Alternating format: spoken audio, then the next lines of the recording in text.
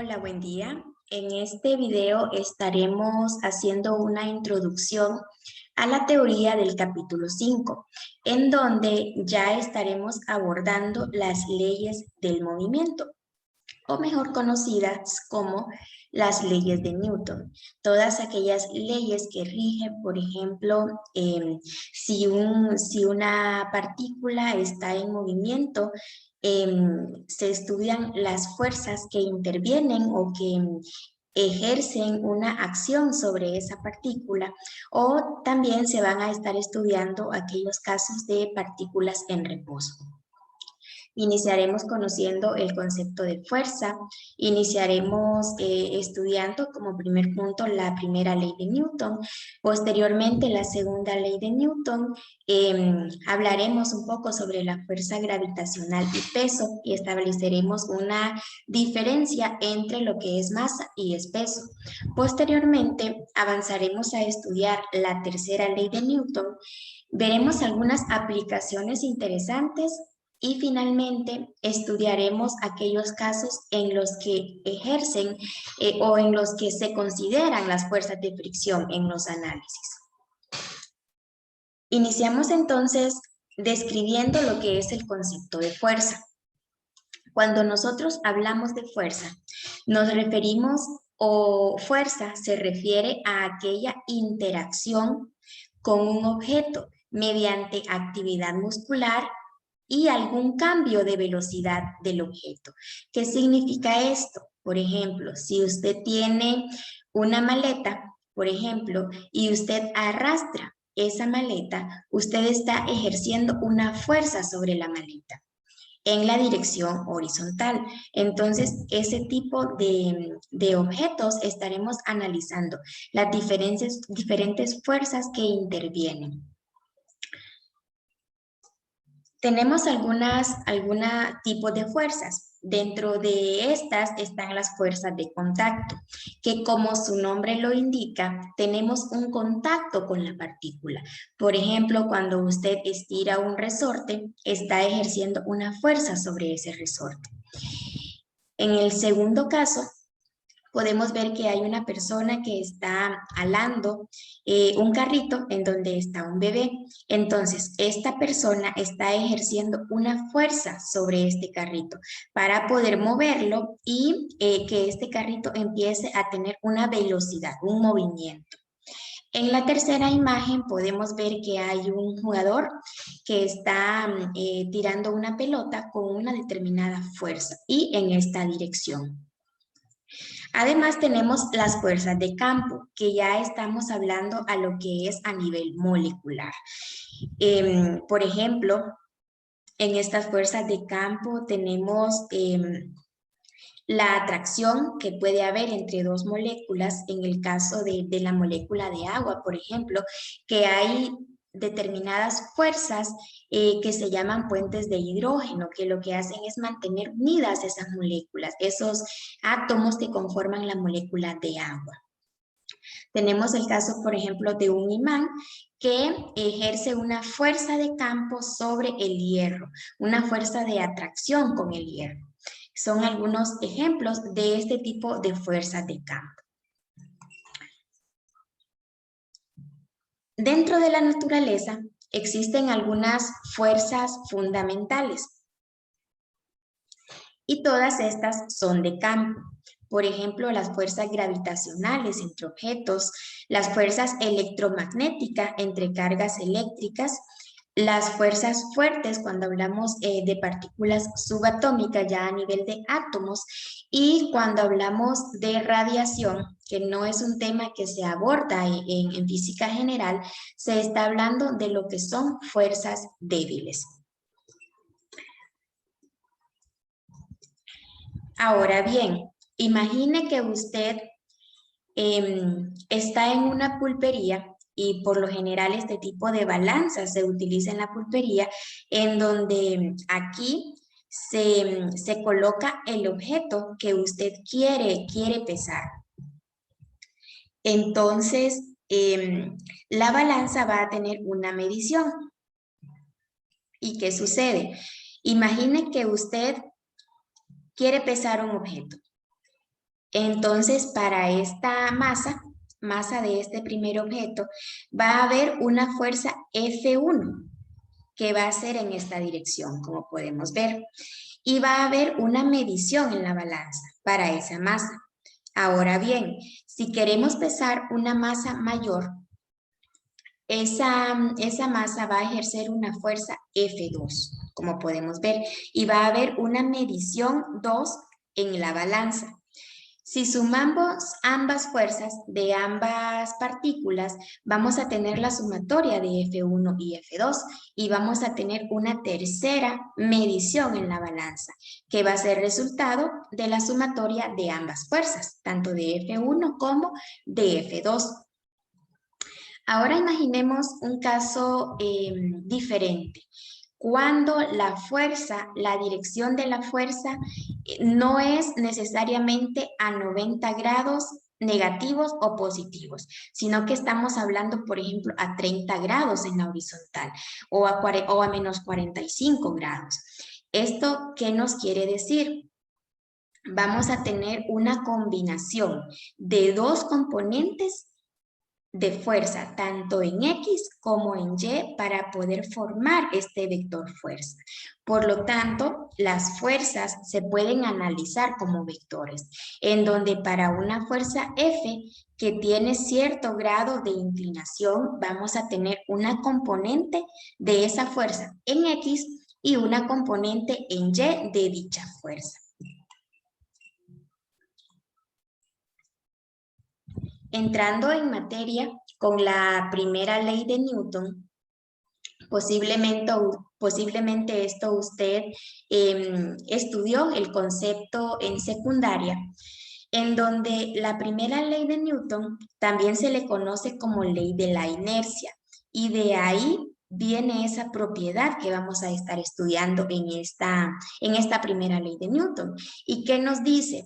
Si un objeto no interactúa con otros objetos, es decir, está en inercia, es posible identificar un marco de referencia en el que el objeto tiene aceleración cero. ¿Qué significa esto? Que no va a tener un movimiento, que va a permanecer en reposo. Y a partir de esta primera ley de Newton, se puede establecer otro enunciado, que es que nos dice que en ausencia de fuerzas externas, cuando no movemos, por ejemplo, un objeto, y cuando se ve desde un marco de referencia inercial, un objeto en reposo se mantiene en reposo y un objeto en movimiento continúa en movimiento con una velocidad constante, como lo estudiábamos en la primera unidad. Entonces, ¿qué quiere decir esto? Quiere decir, por ejemplo, que la maleta de la que habíamos hablado va a permanecer en reposo o va a tratar de permanecer en reposo mientras no haya una fuerza externa que lo haga cambiar o que le haga generar una aceleración o un determinado movimiento.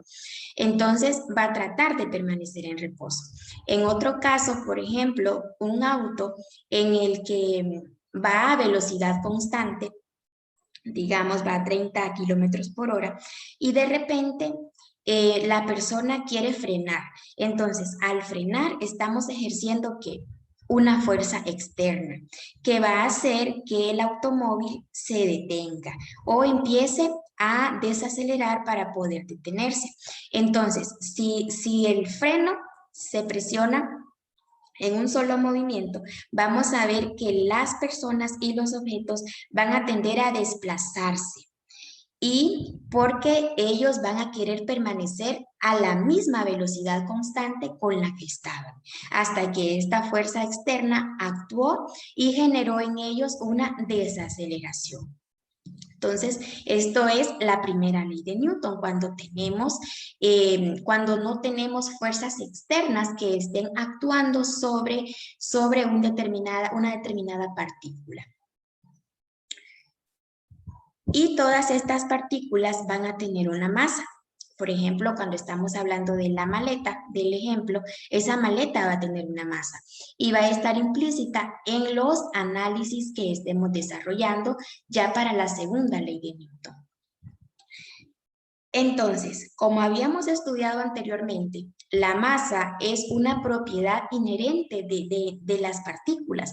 Entonces, la masa especifica cuánta resistencia muestra un objeto a cambiar su velocidad. ¿Qué nos está diciendo esto? Por ejemplo, supongamos una maleta, siguiendo con el ejemplo de las maletas, que tiene una masa de 10 kilogramos versus una maleta que tiene una masa de 50 kilogramos. ¿Cuál va a ser más fácil que cambie su velocidad? Por supuesto, la maleta de 10 kilogramos, mientras que la maleta de 50 kilogramos va a ser más difícil que cambie su velocidad. Claro, asumiendo que la maleta no tiene rueditas, porque en ese caso sería más fácil. Y mientras más grande sea la masa de un objeto, menos acelera el objeto bajo la acción de una fuerza aplicada conocida. Lo que les estaba explicando, una masa de 50 kilogramos va a tener una resistencia a acelerar, una resistencia a moverse, mientras que una masa de 10 kilogramos acelera más fácilmente. Ahora vamos a suponer que a un objeto de masa 1 se le aplica una fuerza y ese objeto va a empezar a moverse y va a producir una aceleración, un vector aceleración, como podemos ver. Y ahora a un objeto de diferente masa, por ejemplo, masa 2, le aplicamos la misma fuerza y va a haber o se va a producir una aceleración 2. La relación de las dos masas se define como una relación inversa de las magnitudes de las aceleraciones producidas por la fuerza. Esto lo vamos a ver más adelante cuando estemos ya entrando en materia en la segunda ley de Newton. Sin embargo, esta es la ecuación resultante producto de esta relación inversa. Vamos a tener que la relación entre la masa 1 entre la masa 2 es igual a la aceleración 2 entre la aceleración 1. Lo que les había mencionado, que masa y peso son cantidades diferentes. Por ejemplo, el peso de un objeto es igual a la magnitud de la fuerza gravitacional ejercida sobre el objeto y varía con la posición. Y claro, el peso va a variar de acuerdo al planeta en el que nos encontremos, ya que como vamos a ver más adelante, está íntimamente relacionado con la gravedad que exista en determinado planeta o cuerpo celeste. Por lo tanto, el peso de una persona va a ser diferente en la Tierra y en la Luna. Van a ser cantidades diferentes. Sin embargo, su masa va a ser la misma. Y con esto podemos hacer una introducción al concepto de la segunda ley de Newton, en donde, si bien la primera ley nos explicaba qué sucede sobre un objeto cuando sobre él no actúan fuerzas, es decir, cuando permanece en reposo y o se mueve en línea recta con rapidez constante, en el caso de movimiento rectilíneo uniforme. La segunda ley, aquí ya vamos a tener movimiento del objeto. Ya nos vamos a responder qué acontece al objeto o qué le sucede a ese objeto cuando tiene una o más fuerzas que actúan sobre él. Y a partir de aquí vamos a utilizar la aceleración como una relación entre la fuerza y la masa de determinado objeto. De tal forma que la aceleración de un objeto es directamente proporcional a la fuerza que actúa sobre él. Esto es F, el vector fuerza, directamente proporcional a la aceleración.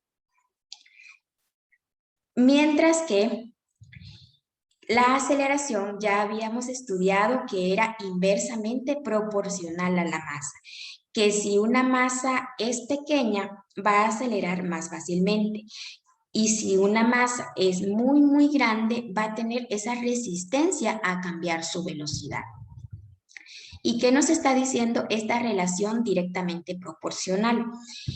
Que si aplicamos una pequeña fuerza sobre una masa, va a tener una pequeña aceleración, mientras que si aplicamos una gran fuerza sobre la misma masa, va a tener una mayor aceleración. Entonces es directamente proporcional.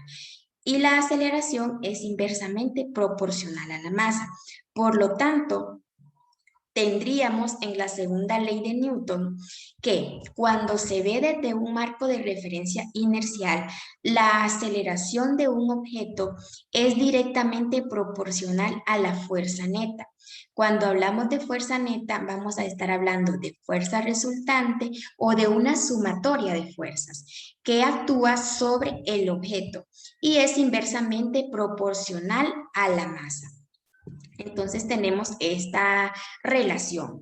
La aceleración ejercida o de un objeto es directamente proporcional a la fuerza neta o sumatoria de fuerzas e inversamente proporcional a la masa por la relación que les expliqué anteriormente. Y a partir de esto, si nosotros despejamos para la fuerza neta, vamos a tener esta ecuación, que es la ecuación de la segunda ley de Newton, en donde tenemos que la fuerza neta que actúa sobre un objeto es igual a la masa de ese objeto o partícula multiplicado por la aceleración. Y si bien habíamos hablado de que la fuerza, tanto la fuerza como la aceleración son vectores. Por lo tanto, en el caso de la fuerza, vamos a tener una componente en X, una componente en Y cuando se trabaje en 3 dimensiones tendríamos una componente en Z. Entonces, en los ejercicios vamos a analizar ambas componentes, ya que no tocaremos ejercicios con 3 dimensiones. Y aquí tenemos otro concepto importante que ya habíamos estudiado en la primera unidad, y es que la unidad de fuerza es el Newton, representado por una N. ¿Y cuáles son las unidades de Newton? Kilogramo en el sistema internacional, kilogramo por metro sobre segundo al cuadrado. ¿Y qué significa Newton? Significa la fuerza aplicada a un objeto o a una partícula de 1 kilogramo para que acelere 1 metro por segundos al cuadrado. Entonces, este es el concepto de Newton. Y al igual que en las demás unidades, vamos a tener una unidad para Newton en el sistema internacional y una unidad para Newton en el sistema inglés, en donde en el sistema inglés es la libra o la libra fuerza, como se le conoce. ¿Y a qué equivale la libra? Equivale a un slug por pie por segundo al cuadrado. Y hay una relación interesante entre Newton y libra, que un Newton equivale aproximadamente a 1/4 de libra. Entonces, estas son las unidades que vamos a estar utilizando para desarrollar los ejercicios cuando estemos trabajando con fuerzas.